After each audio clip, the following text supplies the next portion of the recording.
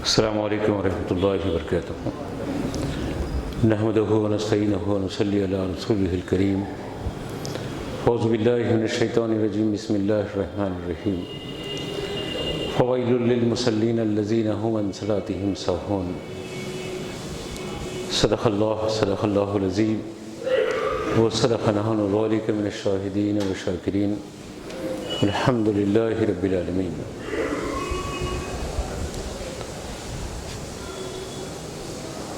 ہمارے سلسلے وار خطاب کا غالباً یہ چھٹا جمعہ ہے جو مسائل نماز پر تسلسل کے ساتھ نماز میں کوتاہییں اور ہماری جو غفلتیں ہیں اس موضوع پر ایک خشک مضمون آپ کے درمیان چل رہا ہے۔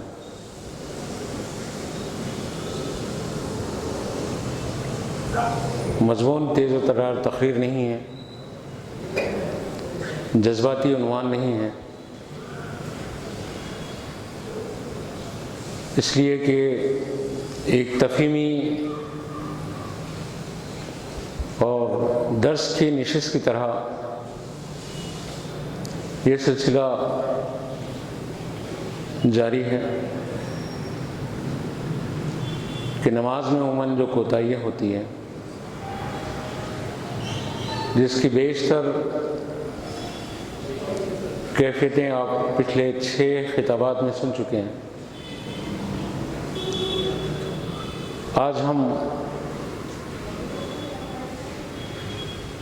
وہ سارے موضوعات کو سمیٹ کے صفبندی کے مسائل سے پھر جو مسائل ہماری توجہ سے ہٹ گئے تھے وہاں سے گفتگو کا آغاز کریں گے۔ صفوں کے باندھنے میں ہماری کیا کوتاہی ہوتی ہے اور یہ کتنا اہم ترین مسئلہ ہے۔ صف کے سلسلے میں اللہ کے نبی صلی اللہ علیہ وسلم نے اپنی امت کو کس طریقے سے تاکید کی ہے اور ہم کیسے غافل رہتے ہیں اس سلسلے میں،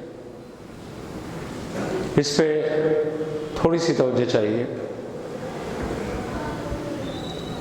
پہلی صف کی فضیلتیں کتب احادیث میں گونج رہی ہیں اور اللہ کے نبی صلی اللہ علیہ وسلم نے اپنی امت کو تعلیم دی ہے کہ سب سے پہلے پہلی صف کو پر کیا جائے، اور پہلی صف میں کون بیٹھیں، کس کو پہلی صف میں بیٹھنے کی ضرورت ہے اور اس کی اہمیت ہے، اس سے بڑا طبقہ غافل ہے۔ ہوتا یہ ہے کہ پہلی صف میں جو چاہے آ کے بیٹھ جاتا ہے۔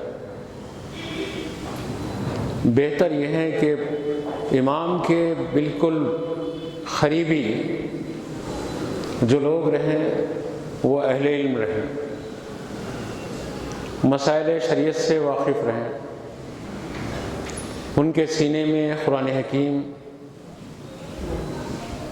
کی مختلف صورتیں، وہ آیات کا خزانہ رہے۔ امام کو اگر کوئی لقمہ دینے کی ضرورت پڑ جائے تو پہلی صف کا مصلی امام کو لقمہ دیں، اس لیے کہ جماعت کثیر ہے اور ایک حافظ ہے یا اہل علم ہے، وہ پچھلی صف میں ہیں، دور ہیں، اگر وہ لقمہ دیتے ہیں تو ممکن ہے کہ امام کی صف تک ان کی آواز نہ جائے، تو ان کے لقمہ دینا یہاں امام کے لیے کارکرد نہیں ہوتا، اور وہ اہل علم ہیں تو ان کا کام یہ ہے کہ وہ اپنے مقام کو پہچانیں اور پہلی صف میں آ کے بیٹھ جائیں۔ یہ نہیں ہوتا بس نماز ادا کرنا ہے، کسی بھی صف میں جائیں، ہم کو کیا کرنا ہے، ہم کو مسجد میں امامت کا موقع تو نہیں ملتا نا، تو کیوں ہم جو ہے مسجد میں اپنا سر اونچا کریں۔ سر اونچا کرنے کی بات نہیں ہے، یہاں تو سر جھکانے کی بات ہے، اور سر جھکانے کے لیے آپ اہل علم ہیں تو آپ کا اہم ترین فریضہ یہ ہے کہ آپ صف اول میں رہیں، کیونکہ امام کی اگر کسی طریقے سے کوئی کوتاہی ہو تو آپ فوراً نماز کی اصلاح کر سکیں۔ یہ نہیں ہوتا ہے، سب آ کے پہلی صف میں کھڑے ہو جاتے ہیں۔ تو آداب صف یہ ہے کہ پہلی صف میں اہل علم اور خاص کر کے امام کے ساتھ کھڑا ہوں، اور صفوں کو دائیں بائیں جہاں تک ہو سکے برابر رکھنے کی کوشش کریں۔ ایک جانب صف بہت بڑھ گئی ہے اور دوسری جانب سے وہ دروازہ قریب ہیں تو یہیں آ کے مل جاتے ہیں، یہ کوشش نہیں کرتے کہ صف کو برابر رکھیں۔ مثال کے طور پر ادھر 10 مصلی جمع ہو گئے ہیں اور ادھر 1-2 ہیں بائیں جانب، تو افضل یہ ہے کہ وہ بائیں جانب کی صف کے حصے پر آپ شامل ہوں۔ یقیناً فضیلت تو دہنی جانب والوں کی طرف ہے، لیکن فضیلت اگر دہنی جانب والوں کی تعداد زیادہ ہے تو آپ صف کو متوازن کرنے کے لیے بائیں جانب میں اگر آپ ٹھہریں گے تو یہ صف کے توازن کو برقرار رکھنے کے ساتھ ساتھ آپ صف کو پورا کرنے کی فضیلت پائیں گے۔ نیز اس کے کہ جب ایک صف مکمل ہو گئی، مکمل صف ہو گئی، صف میں ابھی جگہ باقی ہے، سہولت ہے وہاں بیٹھ گئے، سہولت ہے یہاں ٹھہر گئے، تو اس طریقے سے یہ آداب نماز کے خلاف ہیں۔ آپ اپنی سہولت کو نہیں، شریعت کو دیکھنا پڑے گا، حکم شریعت کی تکمیل کرنا پڑے گا۔ اس دروازے سے آپ کا گھر قریب ہے، آپ نے آیا اور یہاں آ کے ٹھہر گئے یا وہیں ٹھہر گئے اور اس کے بعد یہ سمجھے کہ دوسرے لوگ پوری کر لیتے ہیں، ایسا نہیں۔ چلیے صف پوری ہو گئی، مکمل صف پوری ہو گئی، اور اس میں آپ درمیان سے شامل نہ ہوں، یعنی اس طریقے سے 4 مصلی ٹھہرے ہوئے ہیں، یہ 5واں ایسا داخل ہو رہا ہے، یہ 4 ٹھہرے ہوئے ہیں، 4 کے درمیان ایک گھس کے شامل ہو رہا ہے، یہ بھی آداب صف بندی کے خلاف ہے۔ یا دہنے سے شامل ہو یا بائیں سے شامل ہو، صف کے درمیان میں گھس کے شامل ہونے کی کوشش نہ کریں۔ اور اگر کسی کو صف میں گنجائش بھی ہے، ایک صف میں ایک مصلی کی گنجائش ہے، تو اتنی گنجائش ہے کہ ایک مصلی آسانی سے آ سکتا ہے تو ٹھیک ہے، پیچھے والے کو بلا لیجیے، اس میں کوئی قباحت نہیں ہے۔ لیکن بالجبر آپ اگر صف میں داخل ہو رہے ہیں تو دونوں بازو کے نمازیوں کی نماز میں بڑا خلل پیدا ہوتا ہے، الجھن پیدا ہوتی ہے، نماز کے ختم ہونے تک وہ تنگی محسوس کرتا رہتا ہے۔ ہم اس کا لحاظ نہیں رکھتے، بلکہ اگر آپ فوج اور پولیس کے پریڈ کے اصول کو دیکھیں گے آپ تو یہ سب آپ سے ہی لیے ہوئے ہیں، آپ ہی کی شعور کے خیرات ہیں، ان کے پاس جو کچھ ہے وہ تو کچھ رکھتے ہی نہیں ہیں اپنے پاس۔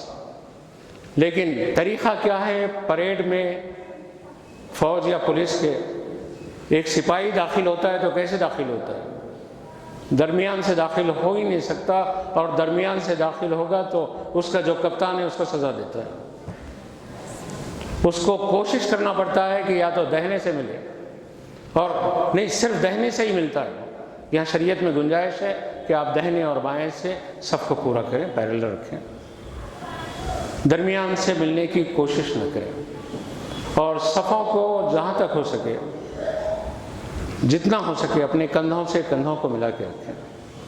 یہ پیروں سے پیروں کو ملانے کا مسئلہ احناف کے پاس نہیں ہے، پیر چھیڑتے جائیں اور اس کے بعد ایک پیر دوسرے پیر سے ملاتے جائیں. ہمارے یہاں یہ مسئلہ نہیں. ہمارے یہاں مسئلہ کیا ہے کہ کندھوں سے کندھے برابر ملے رہیں. اور صف کو سیدھی رکھنے کا طریقہ کیا ہے؟ ایک دم صف. اللہ کے رسول صلی اللہ علیہ وسلم تو پیچھے مڑتے، جب مصلی امامت پر جلوہ افروز ہوتے تو پیچھے مڑ کر مصلیوں سے یعنی صحابہ اکرام سے مخاطب ہوتے کہ اپنی صفوں کو درست کر لو، سیدھی کر لو ایسے. اور حضرات صحابہ صفوں کو سیدھی کرتے ہیں. تو صفوں کو سیدھی کرنے کا طریقہ کیسے ہیں؟ اب تو اتنی سہولت ہیں، اتنی آرام دہ مسجدیں ہیں کہ آپ دیکھیں کہ فوج اور پولیس کے پریڈ گراؤنڈ پر باضابطہ لکیریں کھینچ دی جاتی ہے کہ سپاہی آگے کیسے ٹھہریں اور کہاں اور کس طریقے سے ٹھہریں. اور یہاں آپ کے پاس صفیں بچھی ہوئی ہیں، اور صفوں کے جو بچھی ہوئی ہیں اس میں سیدھا ٹھہرنا اتنا آسان ہے کہ ہر شخص اپنی ایڑی کو صف کے آخری حصے پر رکھ دیں تو نتیجہ یہ ہے کہ آپ کے کندھے ایک دوسرے سے مل جائیں گے. یہ جو پٹے ہیں نا صفوں میں، ان پٹوں پہ ٹھہر جائیں. کوئی پٹے سے آگے ٹھہر جاتا ہے، کوئی پٹے کے درمیان میں ٹھہر جاتا ہے. ایسا نہیں ہے. یہ صف کا یہ آخری کنارے پر آپ اپنی ایڑیوں کو رکھ دیں تو آپ کے کندھے صف کو سیدھا کرنے میں بہت آسانی ہوگی. ایک دم سیدھی ہو جائے گی صف. صفوں میں کجی رہے گی، صفوں میں جو ہے ٹیڑھا پن رہے گا. تو اللہ کے رسول صلی اللہ علیہ وسلم نے ارشاد فرمایا کہ دلوں میں بھی کجی اور ٹیڑھا پن پیدا ہوگا. آپ دیکھیں کہ یہاں سے ہی ہمارے دلوں میں کجی اور ٹیڑھا پن ہے. اپنے کسی بھائی کی عزت کرنا، اپنے کسی بھائی کا احترام کرنا، کسی کا ادب کرنا، رشتہ داروں کا پاس و لحاظ رکھنا، پڑوسیوں کا خیال کرنا، یا کسی کے اوپر محبت و شفقت سے پیش آنا، اپنے خزانے دل کو ٹٹول لیں تو بہت کم ہی یہ دولت میں. ان بچوں کو خاموش بٹھائیے. یہ دولت بہت کم ہمارے پاس پائی جاتی ہے. ہوتا کیا ہے؟ یہ صفوں کو جو ہم نے سیدھا نہیں کیا نا، اس کی وجہ سے ہمارے دل ٹیڑھے ہیں، ہمارے قلب ٹیڑھے ہیں، ہماری فکر ٹیڑھی ہے. ہم باہم متصادم ہیں ایک دوسرے سے. اللہ کی رحمت جب صفوں کو ہم اس طریقے سے سیدھا کر لیتے ہیں تو سب سے پہلے دہنی جانی والوں پہ نازل ہوتی ہے، پھر بائیں جانی والوں پہ نازل ہوتی ہے. اس طریقے سے پھر دوسری صف، پھر تیسری صف. ایسے ہی مسجد کی تمام صفوں پر اللہ کی رحمتیں نازل ہوتی ہیں. اللہ کے رسول صلی اللہ علیہ وسلم نے ارشاد فرمایا کہ جو پہلی صف سے دور رہا وہ رحمت سے دور ہوگا. ایسے ہی دانستہ طور پر، یعنی دانستہ طور پر وہ پہلی صف میں شامل ہونا نہیں چاہتا تو نتیجتاً اللہ کی رحمت سے دور ہوتا جائے گا. نماز جنازہ کا مسئلہ کیا ہے؟ نماز جنازہ میں آخری صف عام نمازوں میں پہلی صف کی فضیلت ہے اور نماز جنازہ میں آخری صف کی فضیلت ہے. یہ بات سمجھ میں نہیں ہے یہ کیوں ہوا. یہاں تو پہلی صف میں آنے کا حکم ہے اور آپ کو صف بندی کا حکم ہے، اور آخری صف میں نماز جنازہ کی فضیلت کا حکم شریعت بتا رہی ہے. تو کیا اس میں حکمت کیا ہے؟ تو اس میں حکمت یہ ہے کہ نماز جنازہ میں عبرت کا مقام ہے، اور عبرت کے لیے ریاکاری کو اپنے قریب نہیں لانا. بعض موقع ایسے ہیں کہ جہاں انسان کی ریاکاری کا اظہار ہوتا ہے، اور اس میں ایک جنازے کے وقت میں امت کا بڑا طبقہ اپنی ایک خود پسندی کا شکار ہے. پہلی صف میں ٹھہر کر آواز دیتا رہتا ہے کہ سیدھا کرو، صفوں کو سیدھا کرو، صفوں کی تعداد کو مکمل کرو، اتنی صفیں ہونی چاہیے، فلاں ہونے چاہیے، اپنا قد اونچا کرنے کے لیے کہ تاکہ لوگ محسوس کریں کہ ارے فلاں صاحب جو ہیں اس وقت میں بہت چہک رہے تھے، مہک رہے تھے. یہ وقت چہکنے مہکنے کا نہیں، یہ وقت تو یہ محسوس کرنے کا ہے کہ وہاں میرے بھائی کا جنازہ ہے، اس جگہ کل میں آ کے رہوں گا، ایسے ہی بے حس پڑا رہوں گا. تو آخری صف میں آپ عبرت کے ساتھ اگر نماز جنازہ کی شریک ہوتے ہیں اور ریاکاری نہیں کرتے ہیں تو نماز جنازہ کی فضیلت تو یہ فضیلت ہے کہ اگر مجھ جیسا کوئی گنہگار ہے اور اس کی نماز جنازہ امت کے اخیار پڑھ رہے ہیں تو ان کی نیکیوں کے سبب میں میری مغفرت ہو جاتی ہے. اور اگر کوئی نیک آدمی کا جنازہ ہے، اس کی نماز جنازہ میں مجھ جیسے گنہگار شریک ہیں، تو اس نیک آدمی کی نماز جنازہ پڑھنے کے سبب میں مجھ جیسوں کی مغفرت ہو جاتی ہے. لوگ کہتے ہیں نا کہ بھائی بعد موت فائدہ نہیں پہنچتا. ایصال ثواب کے جو منکر ہیں وہ کہتے ہیں کہ کوئی کسی کو اجر نہیں ملتا، کتابیں اعمال بند ہو چکی ہیں. تو مردے سے زندوں کو اور زندوں سے مردوں کو فائدہ پہنچتا ہے. کثرت نماز جنازہ کے سبب میں فائدہ پہنچ رہا ہے.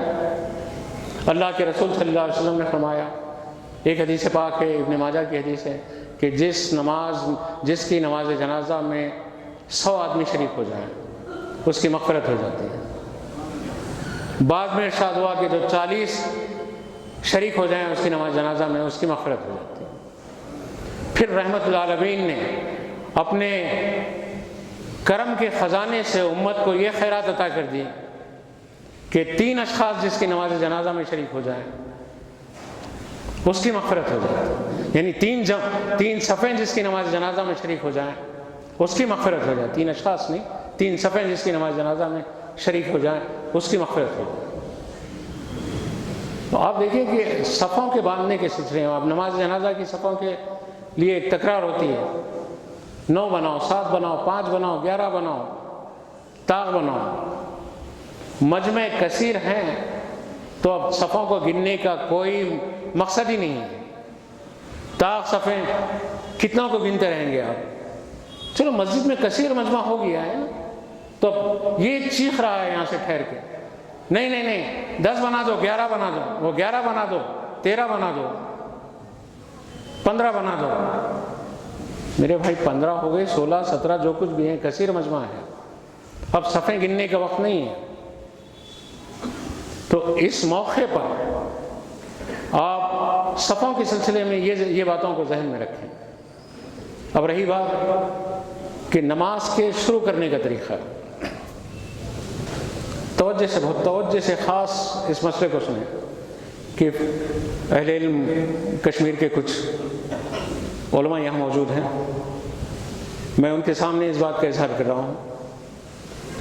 آپ دیکھیں کہ نماز شروع کرنا ہے بحیثیت مسبوق کس کو کہیں گے؟ جو نماز میں امام کے جماعت شروع کرنے کے بعد شامل ہو رہا ہے اس کو مسبوق کہیں گے. چاہے وہ تکبیر تحریمہ کے بعد شامل ہو، چاہے وہ امام کے رکوع میں شامل ہو، چاہے وہ امام کے جلسے میں شامل ہو، یا امام کے قیدے میں شامل ہو، یا امام کے سجدے میں شامل ہو. تو یہ مسبوق ہے. اور مسبوق کے احکام کیا ہیں؟ یعنی بعد میں شامل ہونے والے کے احکام کیا ہے؟ امام کو پہلی رکعت میں اس نے پایا، اب آیا اور آ کے شامل ہوا، تو یہ بات واجب ہے. میں اول سے بتا رہا ہوں، یہ 7واں تسلسل سے خطاب ہے اور میں بہت اطمینان سے بات کر رہا ہوں کہ امام نماز میں ہیں اور آپ نماز میں شامل ہونا چاہتے ہیں. تو نماز میں شامل ہونے والے کے لیے تکبیر تحریمہ یہ نماز کے شرائط میں سے ہیں، فرائض میں سے ہیں. آیا اور اس نے آ کے کہا بس نماز نہیں ہوئی، شروع نہیں ہوئی اس کی. ہاتھ تو اٹھایا، بالکل کانوں تک اٹھا بھی لیا ہے، سنت کے مطابق باندھ بھی لیا ہے، لیکن منہ سے اس نے اللہ اکبر نہیں کہا. بس آیا اشارتی نماز اور ہاتھ باندھ لیا، تو اس کی تکبیر تحریمہ نہیں ہونے کے سبب میں یہ نماز میں شامل ہی نہیں ہوا. اور کتنے نمازی ہیں اس غفلت کا شکار ہیں، آتے ہیں آ کے فوراً، ایسا نہیں ہے۔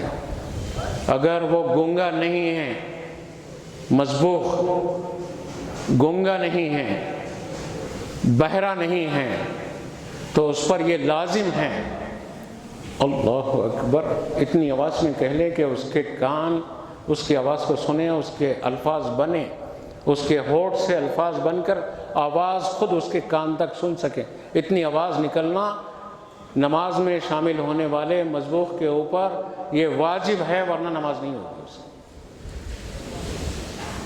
کرتے ہیں کتنے غفلت کا شکار ہے، خاص کر کے نماز تراویح کے موقع پر پیچھے صف میں لیٹا رہتا ہے، یعلمون تعلمون کی گردان چلتے رہتی ہے، امام صاحب کو، میرے امام کی بات نہیں کر رہا ہوں، حافظ صاحب اور امام صاحب کو بس ٹائم ایڈجسٹ کرنا ہے، 10:30 بجے تراویح ختم کرنا ہے، وہ اپنی روانی سے تیز رفتار بجلی کی کڑک کی طرح تلاوت جاری رکھتے ہیں، اور میری قوم کا نوجوان ہے کہ بہترین افطار کر کے خوب کھا کے آیا ہے، اب اس کی پیٹ سیدھی نہیں ہوتی ہے، اور نماز میں وہ تراویح کا شوق تو ہے اس کو، لیکن کھڑے ہونے کی ہمت نہیں، پیچھے لیٹ جاتا ہے، بیٹھ جاتا ہے، گفتگو میں مصروف رہ جاتا ہے، اور امام جیسے ہی رکوع میں آتے ہیں یہ بھاگ کے دوڑتا ہوا آتا فوراً رکوع میں شامل ہو جاتا ہے۔ میرے بھائی تیری نماز ہی نہیں ہے۔ ان لوگوں کے لیے وائل ہیں جو نماز میں کوتاہی کرتے ہیں، اور یہ کوتاہی اس سے بڑی اور کیا ہے کہ اللہ کا کلام اس کی تلاوت ہو رہی ہے تو بکواس کرتا بیٹھا ہے، اور بھاگ کے آ کے تو رکوع میں مل رہا ہے۔ یہ منافقین کا عمل بتایا گیا ہے، نفاق کی ایک کیفیت میں ایک کیفیت یہ بتائی گئی، تو اس سے پرہیز کریں۔ اب نماز میں ملنے کے لیے طریقہ کیا ہے؟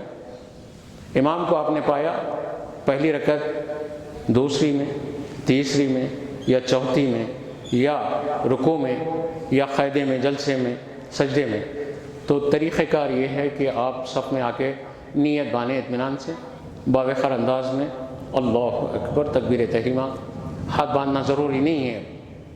اگر امام رکوع میں ہے تو آپ اب رکوع میں جانے کے لیے، امام اگر قیام میں ہیں اور آپ قیام میں شریک ہونا ہے تو اللہ اکبر کے ساتھ آپ نے ہاتھ باندھ لیا۔ اکیلے نماز پڑھ رہے ہیں یا امام کے ساتھ ہی نماز پڑھ رہے ہیں تو آپ کیا کرتے ہیں؟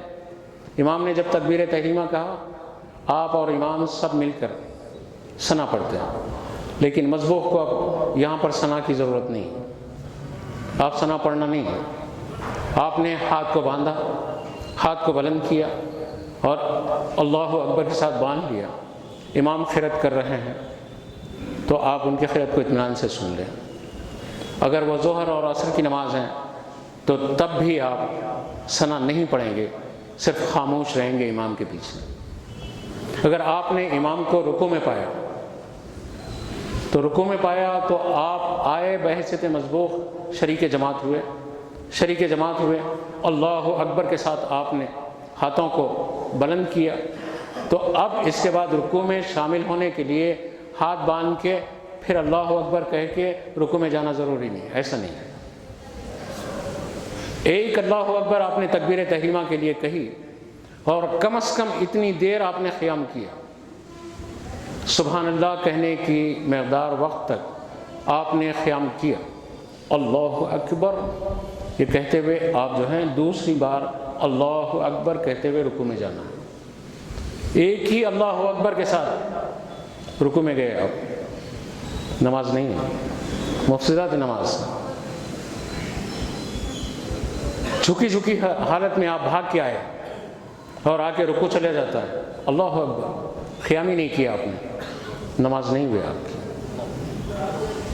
ہوتا ہے نا، آپ کو جماعت پانا ہے، ارے اگر ایک رکوع نہیں ملا ہے تو فائدہ یہ ہوا ہے تجھے، اطمینان سے نماز پڑھا تو امام صاحب کے قید آخرہ کے بعد سلام کے ساتھ ہی کھڑے ہو کے اور ایک رکعت پوری ادا کرنے کا شریعت نے تجھے موقع دے دیا، ایک قیام کا موقع دے دیا، قرأت کا موقع دے دیا، سجود کا موقع دے دیا، قاعدے میں اذکار کا موقع دے دیا. یہ جو فضیلت ہیں اس پر توجہ نہیں ہے. یہ سمجھتا کیا ہے کہ نہیں میری جماعت کی پہلی رکعت مل جانا ہے اسے. پہلی رکعت کے ملنے کے ذوق و شوق میں نماز اس کی نہیں ہوتی، اس کو احساس ہی نہیں، مسئلہ ہی نہیں معلوم. تو رکوع کا اس طریقے سے رکوع میں شامل ہونا ہے. اچھا، بعض لوگ کیا کرتے ہیں، امام صاحب سجدے میں ہیں اور یہ آئے ہیں تو اب یہ انتظار کرتے رہتے ہیں، آ کے صف میں ٹھہر جاتے ہیں اطمینان سے کہ امام صاحب کا پہلا سجدہ، جلسہ، قاعدہ، اس کے بعد وہ اللہ اکبر کہہ کے کھڑے رہے تک یہ انتظار کرتا ہے. اس کے بعد کرتا کیا ہے کہ تب تکبیر تحریمہ باندھ کے امام صاحب کے ساتھ شریک ہوتا ہے. یہ طریقہ غلط. طریقہ یہی ہے کہ امام کو آپ نے رکوع میں پایا تو اطمینان سے رکوع میں شریک ہو جائیں. آپ سجدے میں پایا امام کو تو آپ امام کے پھر قیام تک انتظار نہ کریں. امام کو اگر آپ نے دوسرے سجدے میں پایا، پہلے سجدے میں پایا پہلا سجدہ، دوسرے سجدے میں پایا تو دوسرا سجدہ، ورکعوا مع الراکعین، رکوع کرنے والوں کے ساتھ رکوع کرنا ہے، سجدہ کرنے والوں کے ساتھ سجدہ کرنے کا حکم. سجدہ کرنے والے سجدہ کر رہے ہیں تو ٹھہر کے انتظار کر رہا ہے، یہ اللہ کے حکم کی نافرمانی ہے. تیرا ذوق یہ ہونا چاہیے کہ قیامت کے دن یہ لوگ جو سجدہ کر رہے ہیں ان لوگوں کا سجدہ ممکن ہے اس وقت میں اللہ کی بارگاہ میں مقبول ہو رہا ہوگا اور میں یہ سجدہ کر لوں گا. یہ جو رکوع میں ہیں ان کے رکوع کے ساتھ میں اس لیے رکوع کر رہا ہوں کہ ہو سکتا ہے کہ کسی بندے کا رکوع قبول ہو رہا ہوگا اور اس کے رکوع کے ساتھ میرا رکوع شامل ہو جائے. ہم انتظار نہ کریں. اب پہلی صف میں وہ اس طریقے سے پہلی رکعت میں شامل ہوئے، رکوع میں شامل ہوئے یا سجدے میں شامل ہوئے. ہوتا یہ ہے کہ آپ دیکھیں، نماز مغرب کی مثال لے لیں. آپ نماز مغرب میں اگر کسی کی ایک رکعت چھوٹ گئی ہے تو وہ کیا کریں؟ شامل ہوا گئے امام کے ساتھ، اپنی رکعتوں کو پوری کیا ہے. ایک رکعت کے لیے جیسے ہی امام نے سلام پھیر دیا، تو یہ مسئلہ تو عام ہے، کھڑے ہو کے ایک رکعت کو مکمل کر لیتے ہیں، پھر کر لیتے ہیں نا. لیکن اگر دوسری رکعت میں کوئی شامل ہوا ہے، امام کی یعنی 2 رکعتیں ہو گئی ہیں، تیسری رکعت کے لیے یہ جب امام کا قیام کر رہے ہیں یہ بھی کھڑا ہو گیا، تو اب تیسری رکعت اس کو جب مل گئی ہے تو اس کی جو تیسری رکعت امام کی تھی اس کی پہلی رکعت ہے مسئلے کے اعتبار سے. اب یہاں ذہن میں رکھیں اس بات کو کہ جب امام نے قید آخرہ کر لیا تو اس کو 2 رکعتیں پوری کرنی ہے مزید، اور 2 رکعتوں میں ہر رکعت میں اس کو قاعدہ کرنا پڑے گا. عموماً نہیں کرتے ہیں، غلطی کرتے ہیں. غلطی یہ کرتے ہیں کہ 2 رکعت تو پڑھ لیتے ہیں لیکن ایک قاعدہ نہیں کرتے درمیان. امام کے ساتھ اگر مغرب میں اس کو تیسری رکعت ملی ہے تو اس کی جیسے ہی یہ امام کے سلام پھیرنے کے بعد ٹھہرا تو اس رکعت کے مکمل کرتے ہی قاعدہ کرنا ہے. یہ قاعدہ اس کا جو ہے قاعدہ اولا ہوا، پھر قاعدہ آخرہ اس کا یہ ہے کہ تیسری رکعت میں بھی اس کو قاعدہ کرنا پڑے. اب یہاں دیکھیں، عموماً ہوتا یہ ہے کہ ہم غفلت کے شکار ہو جاتے ہیں. بعض وقت یہ ہوتا ہے کہ امام نے اس جانب بھی سلام پھیر دیا اور اس جانب بھی سلام پھیر دیا. میں اگر امام کے ساتھ بحیثیت مسبوق شامل ہوا تھا نماز میں، غفلت سے میں بھی دونوں جانب سلام پھیر دیا، تو اب کیا ہوا؟ کرنا کیا ہے؟ میں مسبوق کی حیثیت سے شریک ہوا تھا اور شامت اعمال کی وجہ سے میں نے دونوں جانب امام کے ساتھ سلام پھیر دیا. مجھے رکعتوں کی تکمیل کرنی تھی، تو دونوں جانب سلام پھیرنے کے باوجود اس نے کوئی منافی نماز عمل نہیں کیا ہے. تو مسئلہ یہ ہے کہ یہ فوراً کھڑا ہو جائے اور اپنی جو چھٹی ہوئی رکعتیں ہیں دونوں جانب اس نے سلام پھیر دیا، تو باوجود اس کے یہ نماز سے باہر نہیں ہے، ابھی کوئی منافی نماز عمل نہیں کیا اس نے، فوراً یاد آیا اس کو، فوراً یاد آیا تو یہ سجدے سہو کرے گا، پھر قید آخرہ کر کے نماز کا مکمل کر لے گا۔ یہاں پریشانی ہو جاتے ہیں، ارے میں غلطی سے دونوں جانب سلام پھیر دیا اور میری نماز ہوئی یا نہیں ہوئی۔ نماز سے بھی آپ باہر نہیں ہوئے، کوئی منافی نماز کوئی عمل نہیں کیا آپ نے، تو اس صورت میں آپ کو نماز مکمل کرنی پڑے گی۔ علاوہ اس کے مذبوح کے مسائل میں ہم دیکھتے ہیں فجر کی نماز، فجر کی نماز احناف کے نزدیک بے شمار احادیث کی تائید و حمایت اور اس کی شروعات کی روشنی میں سراج الائمہ، میرے اور آپ کے امام اعظم ابو حنیفہ رحمۃ اللہ علیہ کے نزدیک یہ 2 رکعتیں جو ہیں اتنی اہم ہیں کہ اللہ کے رسول صلی اللہ علیہ وسلم نے ارشاد فرمایا، اگر تجھ پر گھوڑے بھی روندا دیے جائیں تو یہ 2 رکعتوں کو نہ چھوڑیں۔ یعنی یہ جو سنت ہیں فجر کی نماز سے پہلے جو سنت ہوتی ہے، اس کی اہمیت کو اجاگر کرنے کے لیے آقا کریم صلی اللہ علیہ وسلم نے ارشاد فرمایا، تجھ پر اگر گھوڑے بھی دوڑا دیے جائیں تو تب بھی یہ 2 رکعتوں کو نہ چھوڑیں۔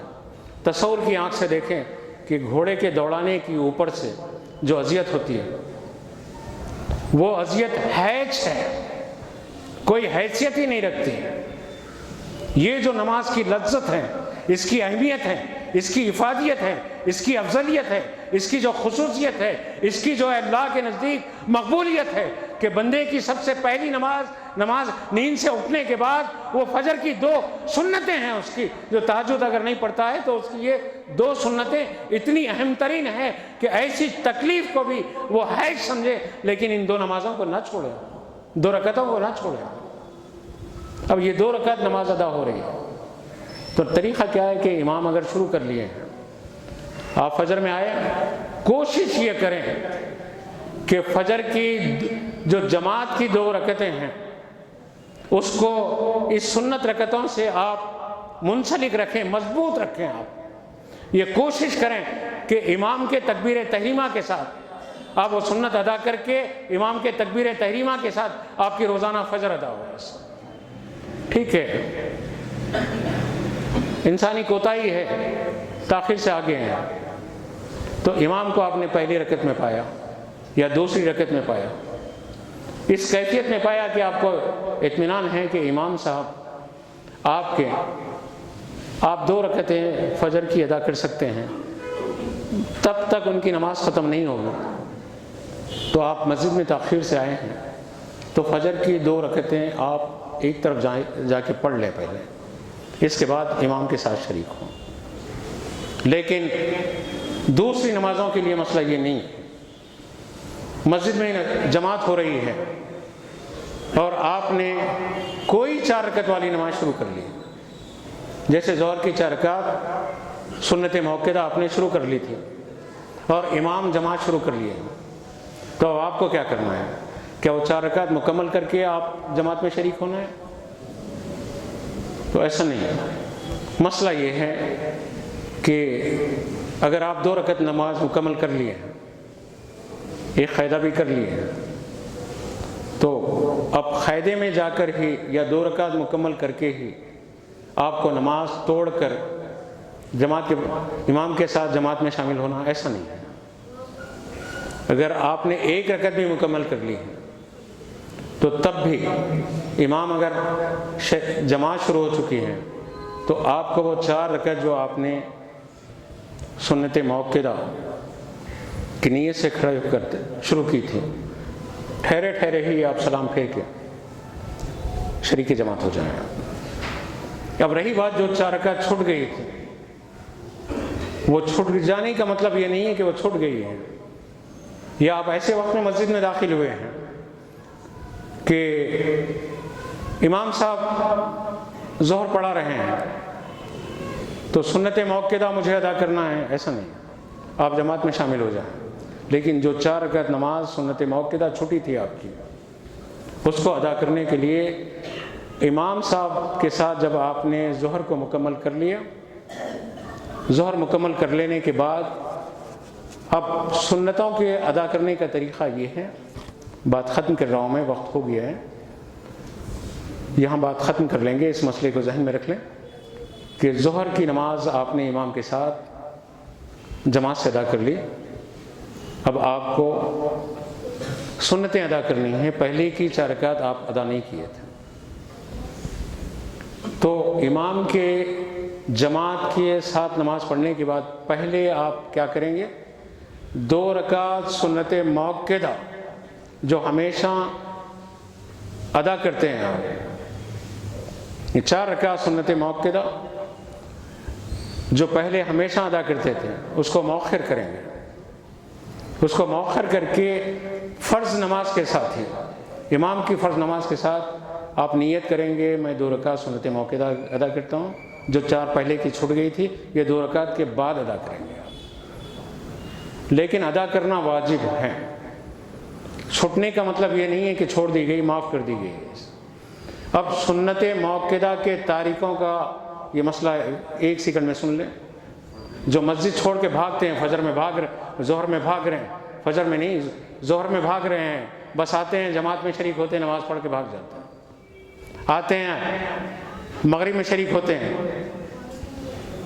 اس سے پہلے کی سنت ادا نہیں کرتے، وہ اس کے بعد کی سنت ادا نہیں کرتے، مغرب کی بھاگ جاتے ہیں، عشاء میں شریک ہوتے ہیں، سنتوں کو ادا نہیں کرتے ہیں۔ تارک سنت گناہ گار ہیں اور اس کا عادی اگر ہیں تو مستحق نار ہیں، فقہ کی اصطلاح میں بات کر رہا ہوں، وہ جہنم کا مستحق ہے، ہمیشہ بھاگ رہا ہے، بس جمعہ پڑھ لیا 2 رکعت بھاگ،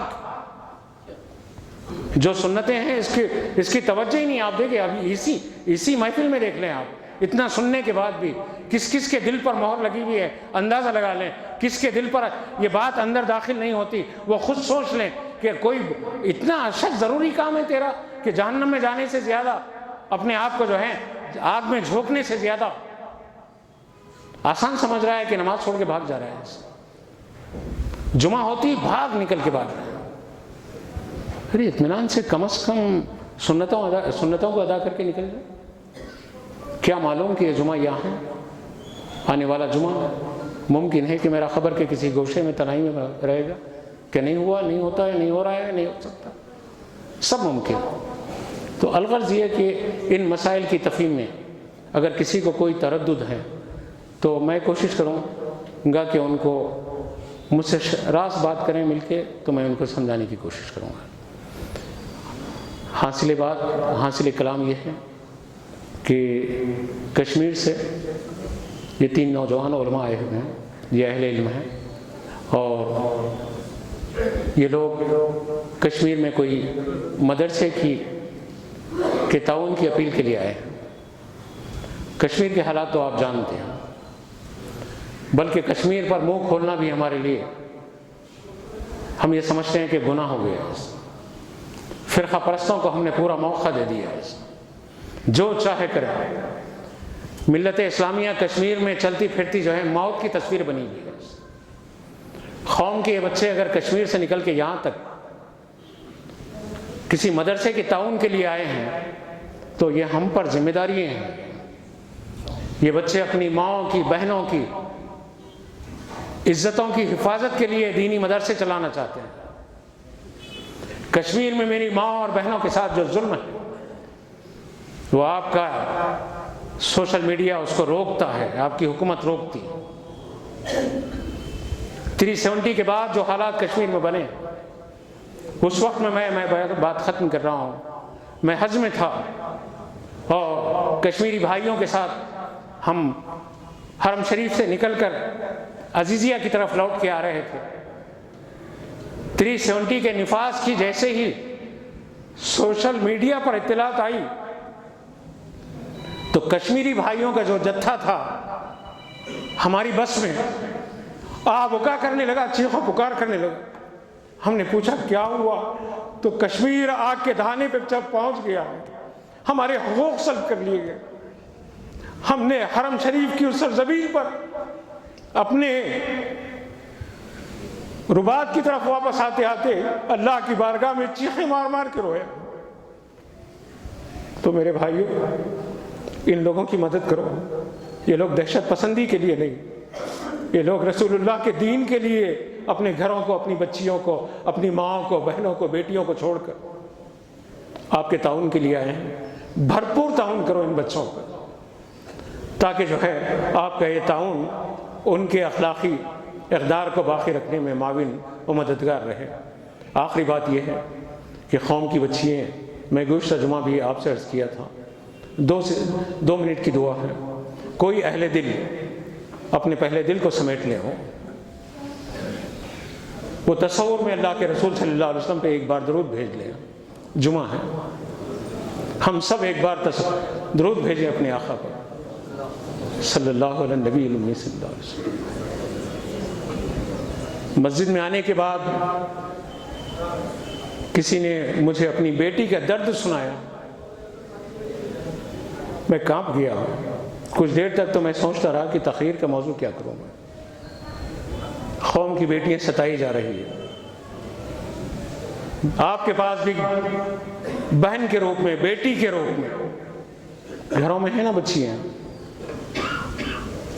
بیٹیوں کو ستانے والوں کو اللہ تعالیٰ ہدایت عطا فرمائے، اللہ تعالیٰ ان کو توفیق خیر عطا فرمائے، اللہ تعالیٰ ان کے دلوں کو کشادہ فرمائے، اللہ تعالیٰ ان کے دلوں میں رحم، محبت و مودت کی دولت عطا فرمائے، اللہ تعالیٰ ان سے ایسا کام نہ لیں کہ جو کسی کی بیٹی کو ستائے اور مکافات اعمال کے سبب میں اللہ کا غضب اس کے گھر پہ نازل ہو کے اس کی بیٹی کہیں جا کے ستائی جائے۔ ایسا نہ ہو۔ اے اللہ، میری قوم کی بیٹیوں کی عزت آبرو پہ تو اپنا کرم نازل فرما، رحم نازل فرما۔ تڑپتے ہوئے ماں باپ کی دعاؤں کو سن لے میرے اللہ، تڑپتی ہوئی بیٹیوں کی آوازوں کو سن لے میرے اللہ، میری قوم کی بیٹیوں کی عزت و آبرو کی حفاظت فرما۔ اے اللہ، ان کے ماں باپ نے اس کو پڑھایا لکھایا ہے، اس کو سیانے بنایا تک اس کی عزت عفت کی حفاظت کی ہے مولا تعالیٰ۔ ظالموں کے گھروں میں جانے کے بعد اگر کہیں ظلم ہو رہا ہے تو اے اللہ ظالموں کے دلوں کو نرم کر دے، نرم کر دے، نرم کر دے مولا۔